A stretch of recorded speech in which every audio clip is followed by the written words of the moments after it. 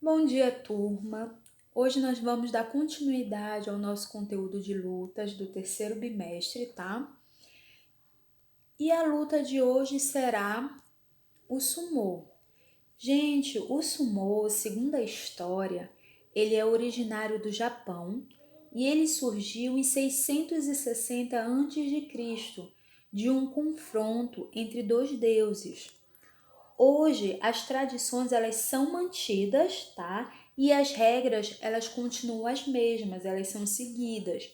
Como na gênese do esporte, como no início do esporte, os deuses eles continuam sendo os cultuados e homenageados em troca de proteção e de boas colheitas. O sumô no Brasil ele chegou por meio dos imigrantes, tá? No início do século XX. E, assim, falando um pouquinho sobre algumas regras do sumô, nós podemos dizer que ele tem o objetivo de demonstrar que a luta ela é feita sem armas, tá? De mãos limpas. E o lutador de sumô, ele usa apenas o mawashi na luta. O mawashi, ele é essa faixa de tecido grosso que é enrolada em volta da cintura do lutador e serve tanto para proteger as partes íntimas quanto para ser agarrada para efetuar golpes, tá? E aí, gente, o sumô ele tem uma essência na simplicidade. Ele é disputado dentro de um círculo com um piso de terra medindo 4,56 metros de diâmetro. E perde o lutador que não se mantiver dentro do círculo por vontade própria ou por pressão do adversário.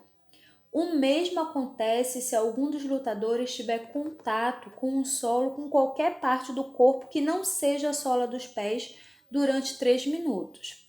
Ou seja, essa posição que eles se mantêm como se fosse uma posição agachada, é uma estratégia para eles se manterem estáveis, firmes, né? E não encostar a outra parte do corpo no chão que não seja a sola do pé, tá certo? O tempo, apesar de que eles precisam manter esses 3 minutos, o tempo médio das lutas, no entanto, duram aproximadamente 30 segundos. E devido ao elevado peso dos lutadores, né, vocês podem perceber que eles normalmente são grandes, pesados, uma vez que eles projetam o corpo do adversário, se projetam, né, sobre o corpo do adversário e o primeiro golpe é encaixado, fica muito difícil, gente, parar a evolução do corpo e geralmente a luta é definida. Então é uma luta que ela termina muito rápido, tá? Para ingressar no esporte, que é muito concorrido, adolescentes com idade entre 12 e 15 anos, eles são submetidos a um rigoroso exame físico. Gente, além disso, além do exame físico, os aspirantes às vagas, eles precisam se afastar por longo tempo dos amigos e familiares para se dedicar a uma austera rotina de acordar muito cedo, de treinar excessivamente. A alimentação deles também faz parte do ritual e mantém a tradição do esporte, tá? Os atletas, eles são bem pesados, porém, eles são saudáveis, tá? Após as refeições, existe um tempo para o descanso e mais treinos pesados na sequência, para que durante a noite, após o banho de ofurô coletivo, os atletas eles estejam livres para suas atividades pessoais. E esse esporte, gente, ele compreende tradições seculares que envolvem muitos segredos, complexos preparativos pré-luta, organização impecável e muito dinheiro envolvido. Porém, a simplicidade é a base de tudo e as hierarquias estabelecidas elas são respeitadas com extremo rigor. Bom, a gente não consegue perceber muito essa rigorosidade, esse treino excessivo, controle alimentar, mas realmente os atletas que se dedicam a essa arte marcial, eles se dedicam realmente a esse esporte, a essa doutrina, né?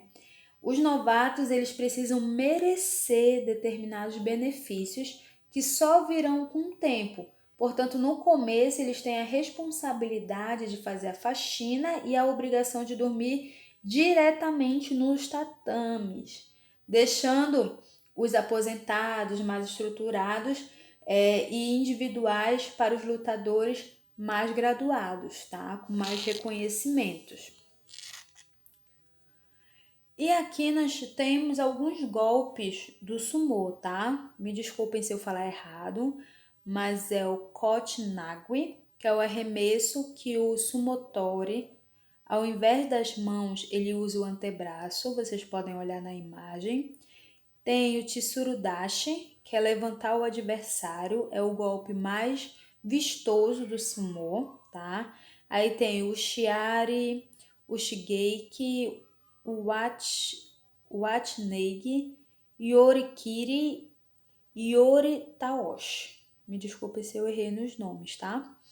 Mas aí vocês conseguem associar os nomes dos golpes às imagens, tá? Normalmente, prestem atenção que normalmente o lutador ele vai carregar ou projetar o adversário. Essa projeção, gente, é para fora do círculo, tá?